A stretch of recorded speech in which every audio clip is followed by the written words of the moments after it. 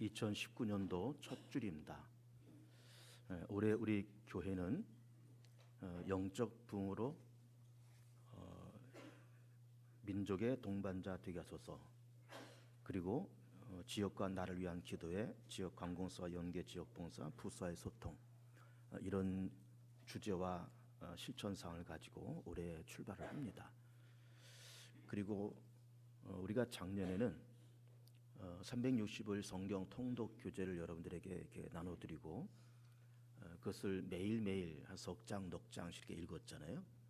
그러면서 새벽 기도에도 그날 해당되는 성경 구절을 가지고 새벽 기도를 했고, 주일 설교도 그 전주간에 읽었던 성경 본문 가운데서 한 군데를 선택해서 설교를 해드렸고 이제 그랬습니다.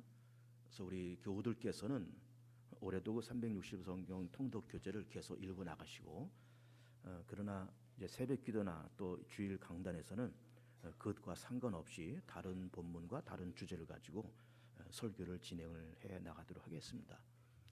오늘은 이제 2019년도 첫 주이기 때문에 예수님께서 세례 요한을 향해서 하셨던 그 말씀, 세례 요한의 때부터 지금까지 천군 침노를 당하나니 침노하는 자는 빼앗는다, 이런 본문을 이제 중심으로 해서 침노하는 자라는 제목으로 말씀을 드립니다. 올 한 해도 우리가 침노에 들어가야 된다. 침노에 들어가야 된다. 그러면은 우리가 무엇을 침노하면서 가야 될 것인가라고 하는 것을 첫 주일에 말씀을 드리고자 합니다.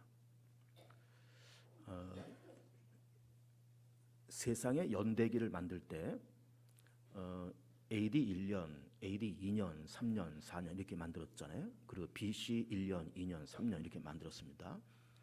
그러면서 그 AD와 BC를 이제 무엇을 기준으로 해서 나누는가 하면은 그 예수님의 탄생을 기준으로 해서 그 AD와 BC를 나눈 겁니다.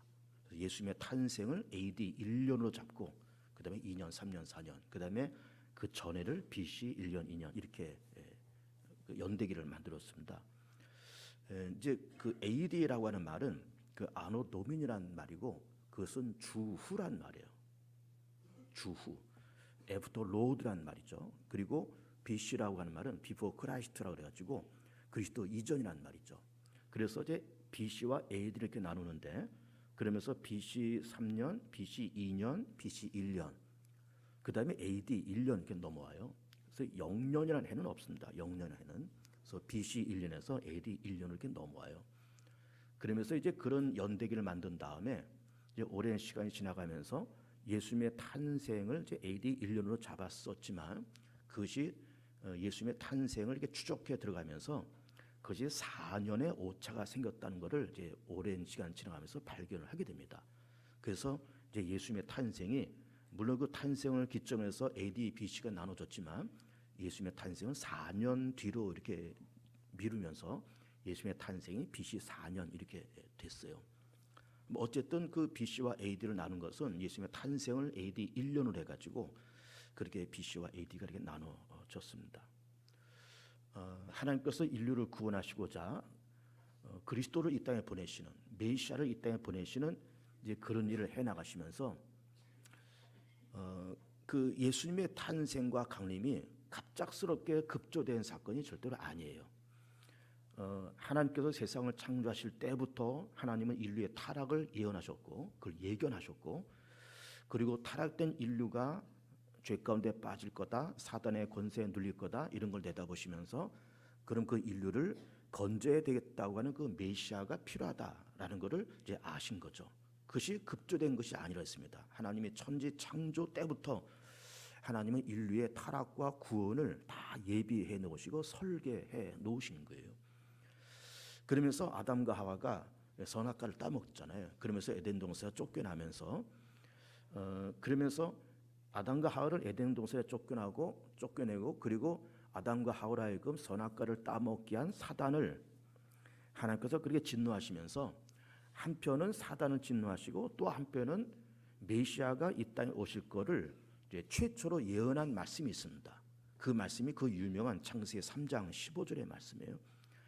그러면서 그 3장 15절에서는 어떻게 기록되어 있는가 하면은 내가 너로 여자의 후손과 원수가 되게 하고 너의 후손도 여자의 후손과 원수가 되게 하리니 여자의 후손은 내 머리를 상하게 할 것이요 너는 그의 발꿈치를 상하게 할 것이라. 그러면서 그 여자의 후손이 너를 네 머리를 상하게 한다.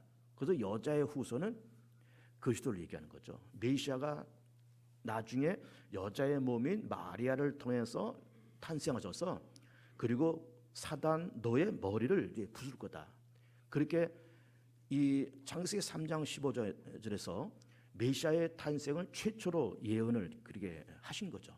그러면서 구약 성경 도처에서 메시아 예수님께서 탄생하실 것을 계속해서 예언을 하셨습니다. 그 유명한 것이 이사야에서 있는 보라 처녀가 잉태하여 아들 낳으니 그 이름을 임마누엘이라 하리라.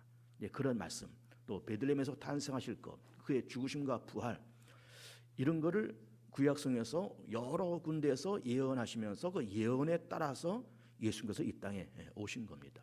그래서 우리가 얼마 전에 성탄절을 그렇게 지나갔지만은 예수님께서 이 땅에 오신 것이 급조된 사건이 아니고 갑자기 오신 사건이 아니고 이미 하나님의 천지 창조, 아담과 하와의 타락, 그리고 수많은 예언자들에 의해서 예언된 그 시기와 장소와 방법과 예수님의 죽으심과 부활을 다 예언하심에 따라서 그 예언에 따른 성취의 차원으로 예수님께서 이 땅에 오신 거죠.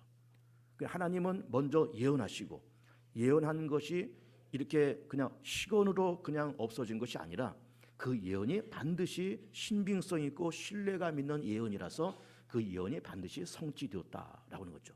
그래서 창세기 3장 15절에 있는 그 말씀, 내가 너로 여자의 후손과 원수가 되게 하리니라는 그 원복음이라고 얘기합니다. 이걸 원복음, 원시적인 복음이고 원초적인 복음이고 원복음이라고 얘기하는 거예요. 창세기 3장 15절 말씀이 그 말씀과 많은 선자를 통해서 예언된 그 예언이 성취된 사건이 바로 예수님의 강림의 사건인 거죠. 예언과 성취. 우리 사람도 때로는 내가 앞으로 뭘 하겠다, 이렇게 하겠다, 저렇게 하겠다, 그게 말을 하지만은 우리는 그걸 다 까먹고 잊어먹고 다 그렇게 그냥 시건처럼 그렇게 돌려버리잖아요. 내가 언제 그러느냐.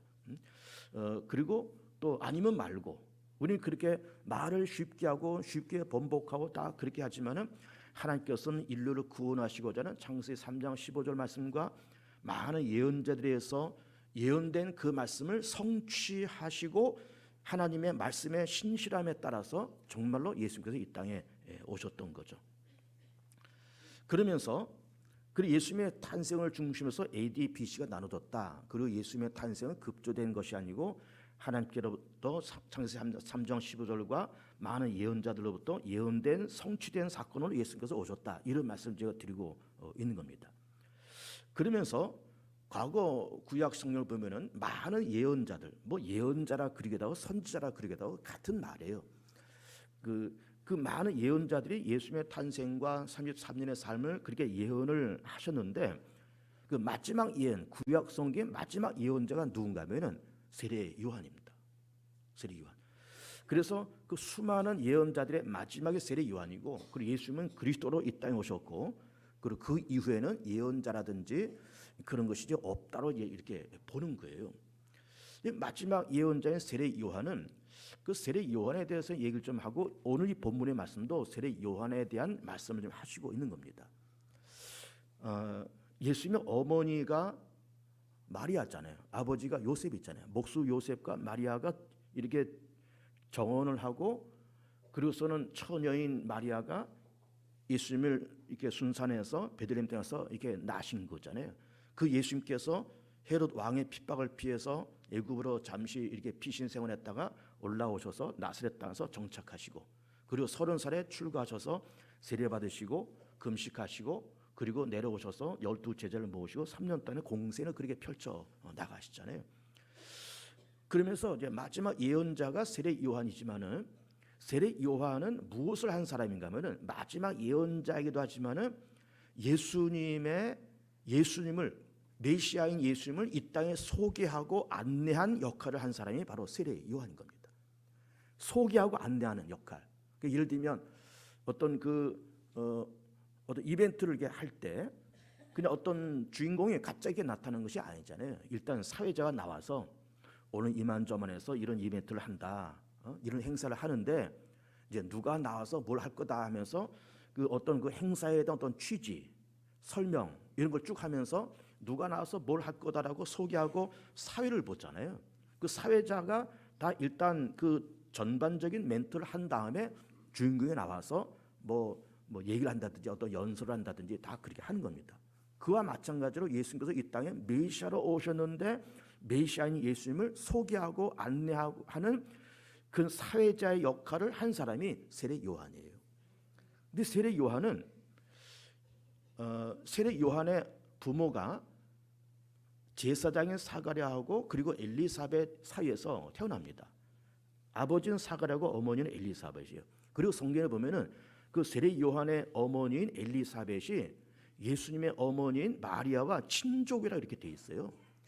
친족이라 그러면은 뭐 사촌도 친족이고 육촌도 친족이고 뭐 여러 가지 친족이다 친척이다 이렇게 얘기할 수 있겠지만은 이거는 이제 성경학자들은 이제 성경에서는 물론 친족이라 이렇게 나와 있지만은 자매일 거라 이렇게 생각을 하는 거예요. 자매도 친족이잖아요.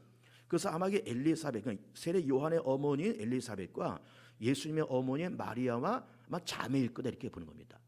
그러면은 그런 세례 요한이 엘리사벳 밑에서 태어나고 예수님께서 마리아의 몸을 태어났기 때문에 그러면 세례 요한과 예수님은 사촌간이 됐잖아요. 사촌간에. 그러면서 세례 요한은 그러면 일단 어쨌든 성경에는 명확하게 엘리사벳과 마리아가 서로 이렇게 자매다, 친자매다 이렇게 말하고 있지 않고 친족이다 이렇게 말하기 때문에 이것이 정말 자매인지 사촌간인지 그건 알 수 없지만은 성경학자들에 의해서 정말 자매라고 일단 그렇게 놓고 볼 때는 어쨌든 이 자매들은 대부분의 자매들이 같은 지역에서 몰려 살잖아요. 우리 교회도 뭐 이렇게 뭐 자매들끼리 형제들끼리 다 광명시에서 뭐 철산동에서 뭐 개봉도에서 이렇게 몰려 살잖아요. 서로 이제 서로 가까이 살아서 의지가 되고 서로 오고 가고 서로 이렇게 주기도 하고 받기도 하고 그러면 이 자매들이 대부분 이렇게 몰려 사는 거예요. 그래서 마리아와 또 그의 친족인 언니라고 볼 수 있는 이 엘리사벳과 이제 같은 지역에서 살았다 이렇게 보는 겁니다. 근데 이제 엘리사벳이 아이를 갖고 낳는데 이것이 세례 요한이고 마리아도 잉태해서 탄생한 그분이 바로 예수님이시잖아요. 근데 이 세례 요한이 예수님보다 6개월 먼저 태어납니다. 그 6개월 먼저 태어났다고 하면은 거의 동갑내기라고 볼 수 있는 거죠. 그 동갑이 있다면 봐도 괜찮은 겁니다. 동갑. 그럼 세례 요한과 예수님은 6개월 차이고 동갑내이고 사촌간이고 그리고 세례 요한은 예수님을 이 땅에 소개하고 안내하고 예수님을 이 땅에 알리는 어떤 사회자의 역할을 한 사람이죠. 그래서 그러면서 이제 세례 요한이 그 낙타 토록과 그리고 나가서 광야에서 메뚜기와 꿀을 따먹으면서 살았다는 거잖아요. 그러면서 세례 요한은 마지막 예언자이면서 또 마지막 나실인입니다. 그 나실이라고 하는 것이 있잖아요. 그 구약성에 보면 나실인들이 그 나실인들은 머리를 자르지 아니하고 그리고 또 이렇게 그 더러운 것을 만지지 아니하고 그리고 포도주를 마시지 아니하고 그러면서 성결한 생활을 하면서 사람들에게 어떤 멘토가 되는 이제 그런 사람들이 나실인이었던 겁니다. 그리고 세례 요한은 마지막 예언자면서 동시에 나실인이에요. 그러니까 머리를 자르지 않았다는 것부터가 일단 좀 모습 자체가 기이하잖아요. 거기다 낙타 털옷을 입었죠.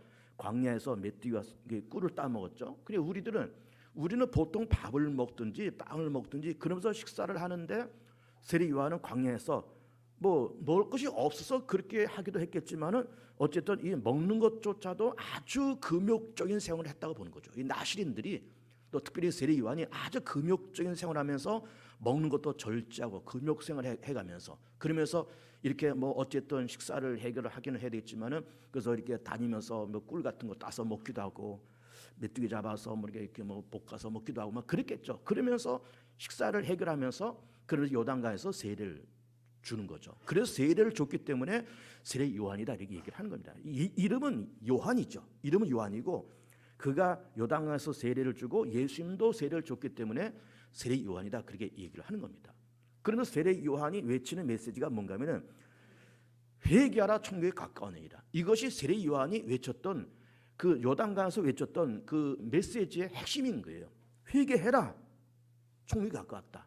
예수님도 그렇게 공생의 가운데서 뭐 공생의 사역에 뭐 말씀 사역, 치유 사역 뭐 이런 것이 쭉 있다라고 제가 여러 번 말씀드렸잖아요. 그 여러 가지 예수님의 공생의 가운데 여러 가지 가운데 예수님의 말씀 사역 가운데 가장 핵심이 되는 것이 뭔가 하면은 역시 회개하라 천국에 가까우니라 그 메시지였습니다. 그러면서 이 세례 요한이 그리에 나시른으로서 낙타 털옷을 입고 기이한 모습으로 세례를 주고 그러면서 부패한 유다 사회를 질투하고 그리고 이걸 질타하고 그러면서 회개라 천국에 가까우니라 그렇게 외치면서 그러면서 예수님을 소개하고 안내했다 그런 말씀을 드린 거잖아요. 실제로 예수님께서 세례 받으시러 요단강에 오실 때 세례 요한이 했던 말이 보라 세상 죄를 지우고 하는 하나님의 어린 양이로다. 어린 양이로다. 그리고 나는 여기서 물로 세례를 주거니와 내 뒤에 오시는 저분은 불과 성령으로 세례를 베풀리라. 그러면서 회개해라 천국이 가까우니라. 그러면서 유다 민족 이 사람들이 우리는 선택받은 사람들이고 우리는 아브라함의 백성이라고 하는 그런 어떤 그 잘못되고 일그러진 어떤 그 선민 의식을 갖고 있을 때 물론 선민 의식이 있다는 것이 나쁜 것은 아닙니다. 나는 하나님의 자녀야, 나는 선택받은 사람이야 라고 하는 어떤 자부심을 갖는 것은 나쁜 것이 아닌데 이게 너무 지나쳐서 그러면 여러분 보세요. 옳다는 것도 그렇잖아요. 정의롭다는 것도 그런 겁니다. 정의롭다는 것이 절대 나쁜 것이 아니에요. 옳다라고 하는 것이 절대 나쁜 것이 아닙니다. 그런데 그렇게 이게 지나치다 보면은 나는 옳은데 동시에 남들은 다 이게 나쁜 사람들이에요. 나는 옳아, 그러나 너는 나빠. 나는 정의로운데 너는 부정해. 나는 선택받았어. 그럼 동시에 남들은 어땠다는 얘기입니까? 남들은 너는 선택받지 못했어. 그러니까 선민 의식을 갖고 내가 어떤 우월감을 가지면서 나는 정의롭다, 나는 옳다라고 하는 생각을 가지면서 사는 것이 나쁜 것은 아닌데 그러면서 동시에 나 외에 다른 사람들을 정죄하는 데 문제가 있다 이 말이에요. 나는 옳고 너는 틀렸어. 넌 나쁜 놈이야. 나는 정의로운 너는 부정해. 나는 선택받았는데 너는 선택받지 못했지. 난 천국 갈 사람이야. 동시에 너는 지옥 갈 놈이야. 이렇게 남들을 다 정죄하고 무시했다는 거죠. 유대인들이 그렇게 살았습니다. 선민의식이 있다는 것은 좋은 거예요. 우리 하나님의 택함 받은 백성이고 아브라함의 백성이다. 그게 왜 나쁘겠습니까? 그러면서 이것이 우월감을 가지면서 다른 민족과 이방 민족을 배척하고 무시하면서 그렇게 살아가는 그 아브라함의 백성들을 바라보면서 세례 요한이 무슨 얘기를 했는가 하면은 너희들이 아브라함의 백성을 말하지 말라는 거예요. 그런 거짓되고 위선된 선민의식, 일그러진 선민의식을 갖지 말라는 거예요. 하나님이 돌멩이 하나 가지고도 아브라함 자손 만들 수 있어. 이 얘기를 했던 거죠. 세례 요한의 얘기예요. 아브라함의 자손, 좀 속되게 말하면 아브라함의 자손 그게 뭐 말라 죽은 거냐 이 말이에요. 결국 하나님이 돌 가지고도 아브라함 자손 만들 수 있어. 아브라함 자손이라는 잘못된 선민의식 갖지 말어.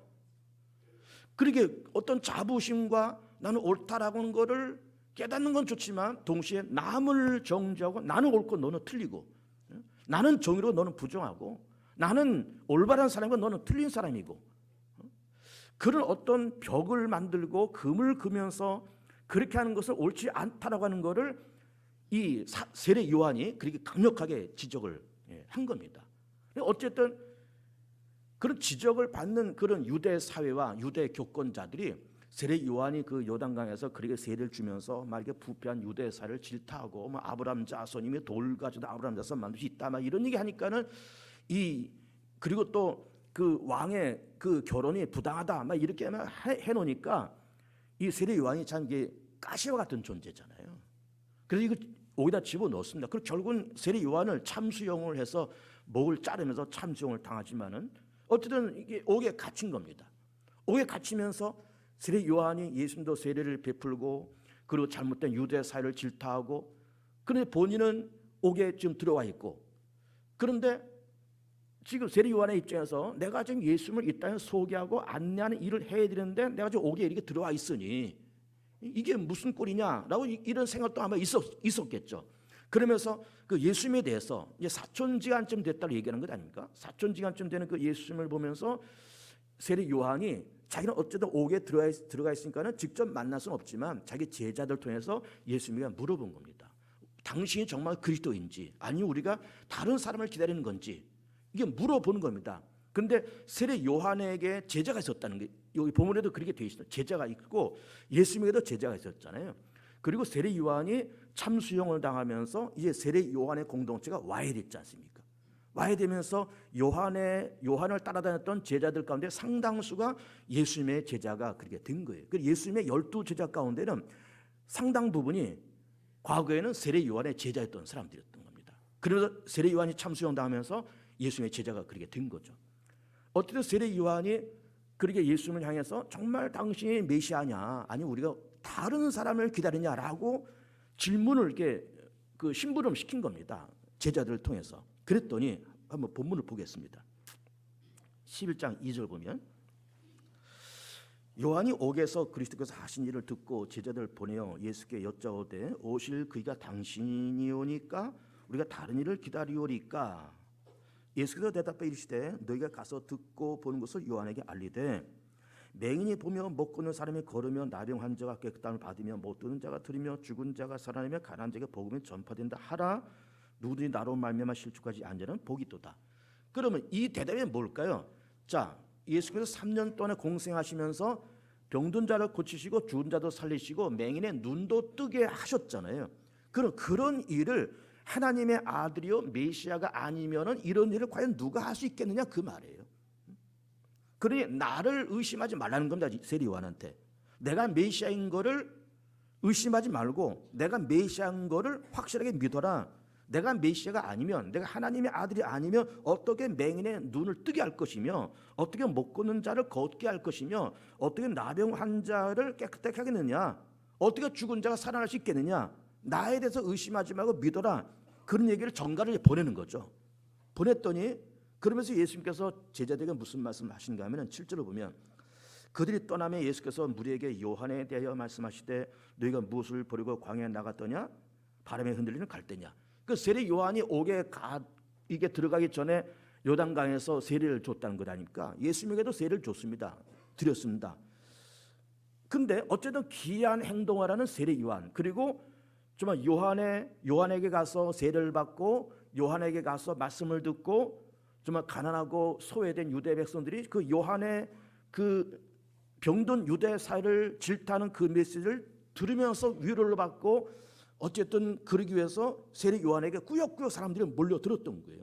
그러면 그렇게 너희들이 요단강에서 세례 주고는 요한을 보러 나갔는데 그 뭘 보러 광야에 나갔냐 이 말이에요. 흔들리는 갈대를 보러 갔느냐?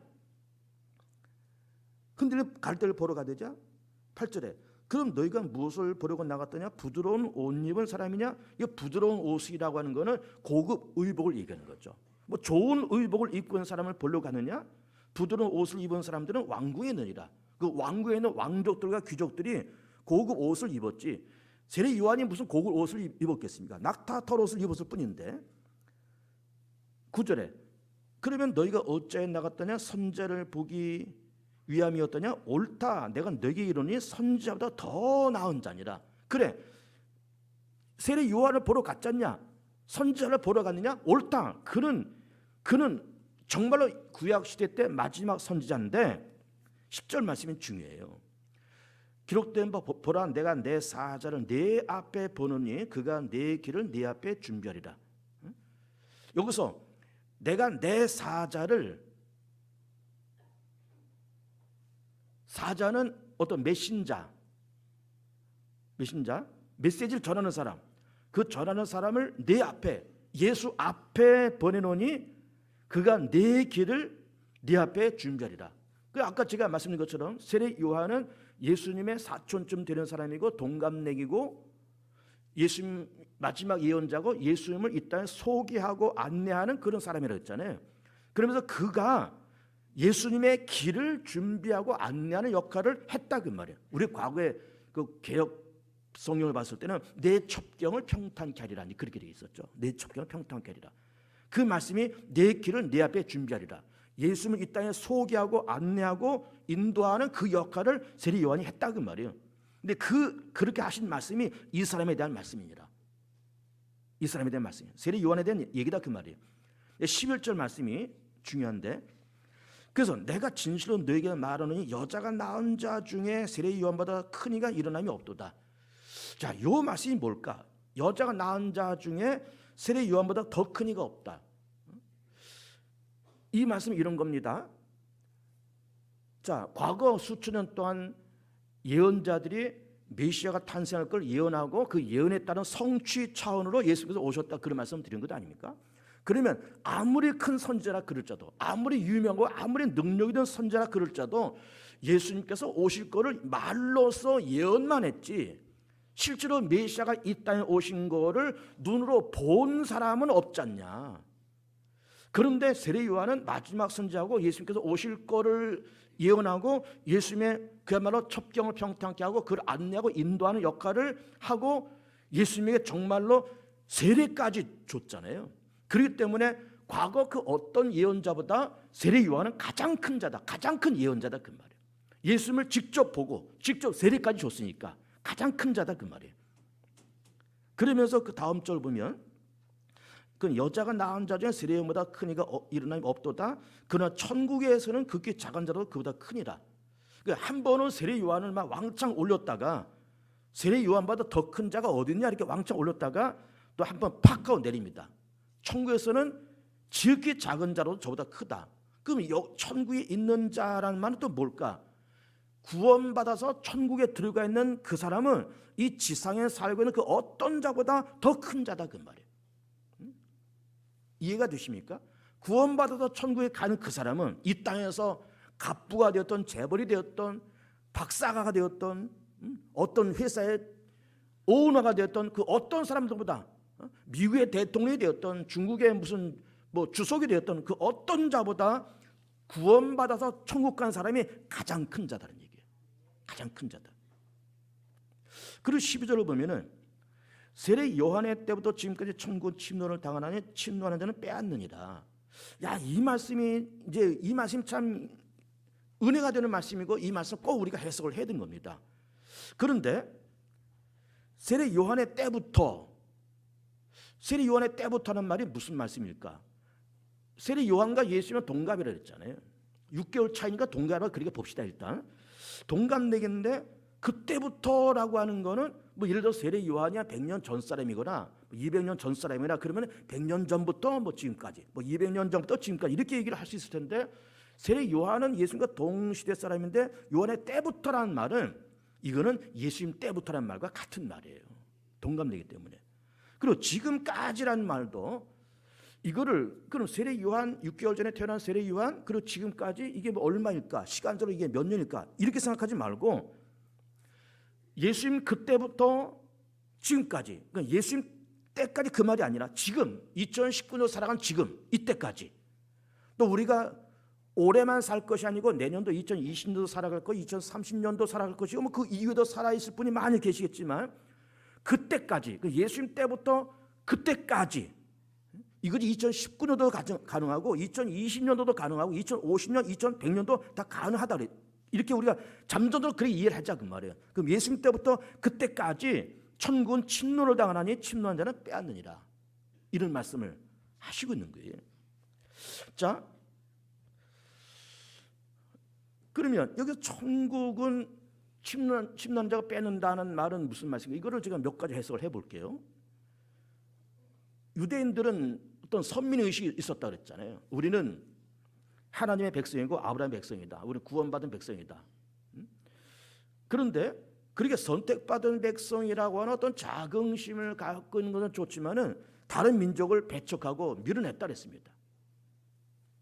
그러면서 천국이라는 개념이 이 히브리 사람들에게서 천국이라는 개념은 그 개념을 무시하거나 없다라고 부정한 건 아니지만 그 천국에는 아브라함 백성들만 들어간다고 생각했던 거예요. 히브리 백성들만 들어간다고 생각했던 겁니다. 그러니까는 침노한다든지 천국에 들어가기 위해서 뭘 애써서 뭘 한다든지 그럴 필요가 없어요. 왜? 히브리 사람들은 저절로 들어가는 세상이니까.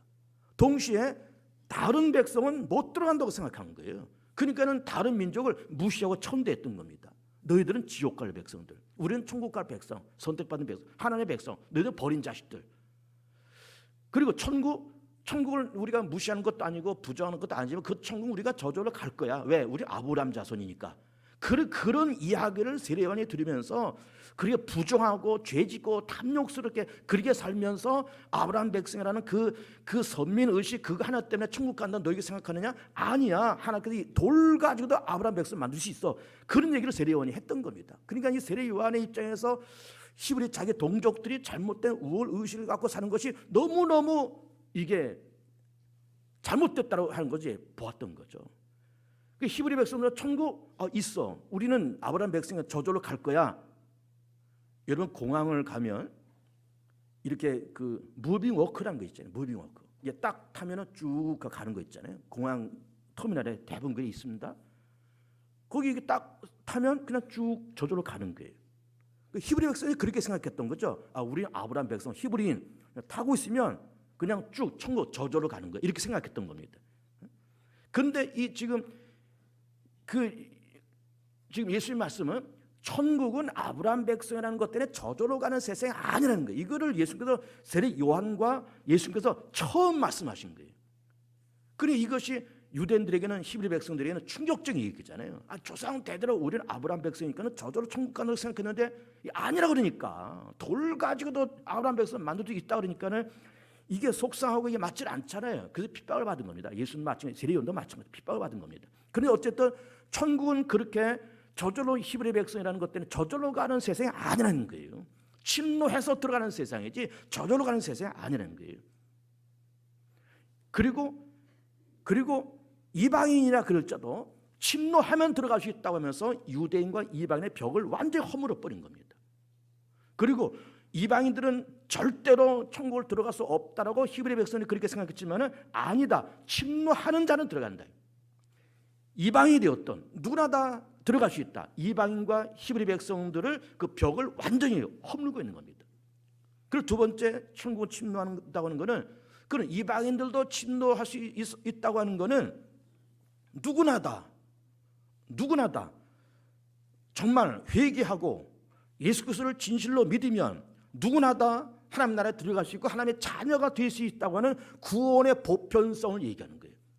구원인 어떤 히브리 백성들에게만 일방적으로 주어지는 그런 개념이 아니라 누구든 도둑놈이든 깡패든 전직 조폭 두목이 되었던 살인범이 되었던 사기꾼이 되었던 어느 누구라도 회개하고 예수 그리스도를 진실로 믿고 영접하면 그러면 누구나 다 천국에 들어갈 수 있다는 것이요. 그 차원에서 침노라고 하는 말은 어느 누구를 막론하고 회개하고 예수를 믿고 진실로 회개하면은 그 나라를 들어갈 수 있다라고 하면서 구원이라는 개념이 어떤 특별한 민족에게만 주어지는 그런 개념이 아니라 누구나 갈 수 있고 이방인들도 다 회개하고 예수를 믿고 영접하는 자는 들어갈 수 있다고 하면서 그 벽을 허물고 있는 겁니다. 누구나 다 침노하면 들어갈 수 있다. 누구나 다. 그 다음에 다음 개념이 더 중요합니다. 우린 천국 그러면은 천국에 대해서 우리가 이런 생각이 듭니다. 우리 천당이라는 말도 해요. 천당, 천국, 천당, 또 하나님의 나라라는 말도 있습니다. 그러면 천국은 뭐고 천당은 뭐고 하나님의 나라는 뭐냐 이거예요. 비슷한 것도 있고 다른 것도 있습니다. 사실 성경에는 천당이라는 말은 없습니다. 우리가 일반적으로 천당 하늘 천자도 집당자 써서 우리 당할 때 그 당자도 집당자예요. 천당할 때 그 당자도 집당자예요. 그래 하늘에 있는 집이라는 거죠. 천당이라는 게. 천당 밑에 분당 그런 말도 하잖아요. 그 천당이라는 개념을 그렇게 얘기했지만은 사실은 성경에는 천당이라는 말이 없고 천국이라는 말이에요. 나라 국자 써서 천국, 헤븐이나 헤븐. 천국이라는 말도 있지만은 또 동시에 성경에는 하나님의 나라는 말도 있습니다. The Kingdom of God. 하나님의 나라. 그리고 헤븐이라고 하는 천국, 천국과 하나님의 나라. 천당이라는 말은 성경 없으니까 일단 쓰지 맙시다. 일단 천국과 하나님의 나라를 놓고 볼 때 무엇이 같고 무엇이 틀릴까? 같은 개념은 하나님이 다스리고 지배하는 그 상태를 일단 천국과 하나님의 나라고 얘기하면서 천국이라고 하는 것은 하나님께서 지배하고 하나님이 주님이 되는 어떤 구체적인 어떤 장소, 구체적인 장소, 이게 천국이죠. 그리고 하나님의 나라라는 개념은 하나님이 지배하고 하나님의 뜻이 이루어지는 어떤 구체적인 어떤 상황, 이 하나님의 나라예요. 그러니까 천국이라는 개념은 하나님의 뜻과 계획이 이루어지는데, 천국도 그렇고 하나님의 나라도 이루어지는데, 천국은 어떤 구체적인 장소, 하나님의 나라는 어떤 구체적인 어떤 상황. 그러면 상황이라 놓고 볼 때, 예를 들어서 우리가 참 2018년도까지 참 여러 가지 우리가 죄를 짓고 이것저것 하면서 여러 하나님께서 보시기에 불손하게 우리가 살아왔다고 쳐봅시다. 그러나 새해가 되어서 개과천선해서 열심히 예수 믿고 교회 다니고 그러면서 더 정직하게 살고 더 의롭게 살고 더 진실되게 살고 그랬다 그러면은 하나님의 나라가 내 안에 이루어지는 거예요. 하나님의 나라가 가정 안에서 부부간에 갈등이 있고 아들과 또 자식들과 갈등이 있어 막 갈등 있고 싸우고 그랬던 가정이 어느 날 정말 예수 믿는 가정이 되고 화목한 가정이 되고 서로 위하고 아껴주는 그런 가정이 됐다 그럴 때 그 가정 안에 하나님의 나라가 이루어지는 거예요. 하나님의 나라라는 개념은 하나님의 주인 되시고 하나님의 뜻과 계획이 완성되는 그런 상태, 상황. 그리고 천국은 하나님의 뜻과 계획이 완성되는 어떤 구체적인 장소. 구체적인 장소. 그러면 이 두 개념의 공통분모가 뭔가 하면은 하나님의 뜻과 계획이 이루어진다는 거예요. 하나님의 뜻과 계획이 이루어지는 상황은 하나님의 나라고 구체적인 장소는 천국이라고 이렇게 말씀드린 거잖아요. 하나님의 뜻과 계획이 이루어진다라고 할 때 그거를 침노하라는 거예요. 그거를. 그럼 이거를 제가 두 가지로 해석을 해볼게요. 이제 새해가 되었으니까 2019년 새해가 되었으니까 그러면 이 두 가지를 놓고 볼 때 하나님의 주인 되시고 하나님의 주권이 하나님의 뜻이 이루어지는 그런 상태를 놓고 볼 때 조금 전에 제가 말씀드린 것처럼 2018년도까지 우리가 가정 생활도 그렇고 직장 내 직업도 내 직장 생활도 그렇고 교회 생활도 그렇고 또 내가 내 스스로를 바라볼 때 양심적이지 못하고 좀 정직하지 못하고 믿음의 사람답지 못하고 내가 좀 나이값도 제대로 못하고 아버지 노릇 엄마 노릇 부모 노릇 제대로 못하면서 그래 살았다 그럴 때 이제 새해가 되어서 내가 좀 더 정직해지고 좀 더 내가 좀 가장 노릇도 가정주부 노릇도 부모 노릇도 좀 제대로 해보자. 예수 좀 열심히 좀 믿어보자. 직장에서 더 성실하게 해보자. 더 겸손하게 더 성실하게 살아보자라고 그 결단하는 그 자세가 바로 천국을 침노하는 거예요. 그 천국을 침노하는 겁니다. 그걸 한번 침노해 보시기 바랍니다. 올 한 해 2019년 지나가면서 하나님이여 내가 2018년도까지는 내가 주님을 위해서도 교회를 위해서도 내가 세상에서 가정에서 내가 부족한 것이 많고 내가 부끄러운 것이 많지만 올해는 정말 내가 아버지답게 엄마답게 좀 하나님의 백성답게 집사답게 정직하게 신실하게 그렇게 한번 살아보겠습니다라고 하는 그런 결단 이게 하나님의 나라예요. 이게 침노하는 겁니다. 침노하는 겁니다. 그렇게 침노하기를 축복합니다. 두 번째 개념은 천국 침노한다는 것은 일단 조금 전에 얘기한 건 어떤 비가시적인 거잖아요. 비가시적인 것, 뭐 정직하다, 열심히 산다, 하나님 믿는 사람으로서 그 노릇한 어떤 비가시적인 거지만 가시적인 것도 침노하셔도 됩니다. 뭐 이번에 뭐 우리 아이들 뭐 애를 달라든지, 뭐 우리 아이 이번에 뭐 취직을 좀 잘 시켜 주신다든지, 이번에 올해 좀 우리 집에 좀 좋은 일이 생기고 또 우리 사업도 장소 잘 되게 해 주십시오라고 하는 어떤 가시적이고 물질적인 거를 침내도 괜찮습니다. 구하는 자에게 주시고 찾는 자에게 주시는 거지 뭐. 그냥 비가시적인 것도 찾으시고 그리고 가시적이고 물질적인 것도 찾으세요. 침노하세요. 그러면은 주시는 거예요. 이게 침노입니다. 이게 침노예요. 그런데 우리는 침노하기 위해서 일단 기도를 해야 되잖아요. 내가 어떤 사람이 되어야 되겠다는 자기의 자화상을 그리고 올해는 2019년도 이런 사람이 되어야 된다. 2019년도 우리 개봉중앙교 이런 교회가 되어야 된다. 2019년도 우리 가정 이런 가정이 되고 우리 대한민국이 이런 나라가 되어야 된다는 어떤 구체적인 어떤 계획을 갖고 두드리고 찾는 것 이것이 침노하는 거라고 말씀드린 것 아닙니까? 그러면 어쨌든 기도하는 거는 100% 응답이 된다고 일단 믿어야 돼요. 100% 된다고 믿어야 됩니다. 다만 내가 기도하는 것이 이게 당장 응답될 거냐 아니면 연말에 응답될 거냐 아니면 10년 후냐 20년 후냐 아니면 다음 세대냐 아니면 다음 세기냐 그 시간의 차이일 뿐이지 응답되는 거는 맞다 이 말이에요. 기도한 것은 절대로 하나님께서 그거를 무시하거나 공수표로 날리는 하나님이 아니다 이 말이에요. 네가 내 안에 있고 내 말이 네 안에 있으면은 무엇이 구하면 내가 이룬다고 말씀하셨고 구하는 자에게 주시고 찾는 자에게 찾게 하실 것이며 두드리는 자에게 열릴 것이고 어느 애비가 떡을 달라는 자식에게 돌을 줄 애비가 어디 있으며 생선을 달라고 하는 그 자식한테 정갈을 줄 애비가 어디 있으며 하나님의 나라가 천국에 있는 아버지께서 구하는 이에게 좋은 것을 주시지 않겠냐 그렇게 말씀하셨거든요. 그러니까 우리가 구하는 어떤 좋은 것을 주시고 기도하는 것을 하나님께서 응답하시는데 다만 뭐가 문제다? 시간이 문제인 거예요. 지금이냐 1년 후냐 10년이냐 다음 세대냐 그 문제일 뿐이지 응답되는 건 언젠가 응답돼. 100% 응답되는 거예요. 100% 응답되는 겁니다. 여러분 아마 살금살금 로또를 아마 사실 겁니다. 아닌 척하지만 다 사실 거예요. 근데 로또를 이제 45자 글자에서 6개의 글자를 찍는 거잖아요. 맞습니까? 6개를 찍는 거예요. 그러면 그 로또를 한 장 사서 이게 1등 당첨되면 이게 뭐 적게는 10몇 억, 많으면 몇십억도 이렇게 되잖아요. 그 로또 한 장을 사서 1등에 당첨될 확률이 몇 퍼센트인지 압니까? 815만 분의 1입니다. 이 말은 뭔가 하면은 이거를 매주 한 장씩 사면 몇 년 만에 1등 될 확률이 있는가 하면 매주 한 장씩 사면은 15만 년에 한 번 당첨됩니다. 15만 년. 매주 10장씩 사면 15,000년 만에 한 번 당첨될 확률이 그 확률이에요. 매주 한 장씩 한번 사보세요. 15만 년만 좀 기다려봐요. 15만 년. 그걸 한 번 당첨되는 거예요. 이 복권이라는 개념이 늘 그런 겁니다. 확률 게임 있잖아요. 뭐 벼락 맞을 확률보다 더 어렵다고 얘기를 하지 않습니까?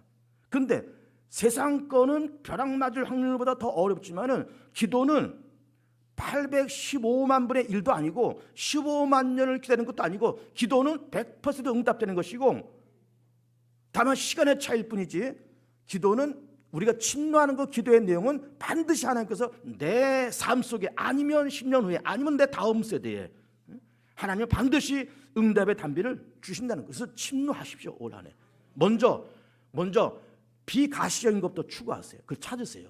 하나님 올해는 더 정직하게 살겠습니다. 열심히 살겠습니다. 진실되게 더 겸손하게 내가 목사 노릇도 내가 장로 노릇도 내가 집사 권사 노릇도 구역장 노릇도 남녀성계 임원 교사 노릇도 내가 잘 하겠습니다라고 그렇게 우리가 한번 침노하시고 그리고 비구체적인 가시적인 물질적인도 추구하시고 침노하시고 그래서 비가시적인 것도 받으시고 가시적인 물질 축복도 받으시면서 침노하는 것에 응답받아서 올 연말쯤 돼서는 야 하나님께서 내가 연초에 우리 첫 주일에 그렇게 목사님께서 세리 요한에 얘기하시면서 청문 침노하나니 침노하는 자는 빼앗느니라 그 말씀처럼 내가 올 연초에 그렇게 기도하고 그렇게 침노했더니 연말 되어서 이렇게 응답하고 내가 정말 침노했다 그렇게 정말 감사의 고백을 할 수 있는 그런 복 있는 성도들 되시기를 축복합니다.